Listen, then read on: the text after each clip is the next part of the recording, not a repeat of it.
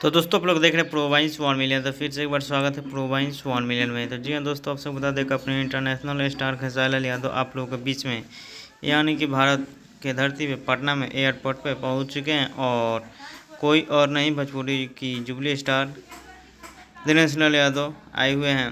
और आइए आप लोग को बता देते हैं कि उनके पहले चैनल सब्सक्राइब नहीं किए हैं तो चैनल को सब्सक्राइब जरूर कर लें। और अपने जुबली स्टार खेसारी लाल यादव और दिनेश लाल यादव पहुंच चुके हैं पटना में, जो कि आज स्टेट्स था।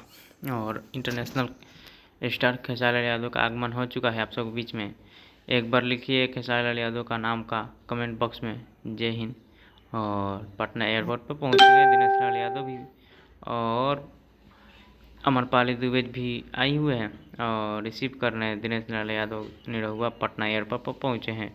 बहुत खुशी की बात है खेसारी लाल यादव सुपरस्टार रिसीव करने के लिए दिनेश लाल यादव की जोड़ी सुपरस्टार पटना में। कैसे आप लोग को लगा, बाकी लाइक करिए और दोस्तों के पास शेयर कीजिए। तो जी हाँ दोस्तों, अगले वीडियो में मिलेंगे। जब तक जय हिंद, जय भोजपुरी।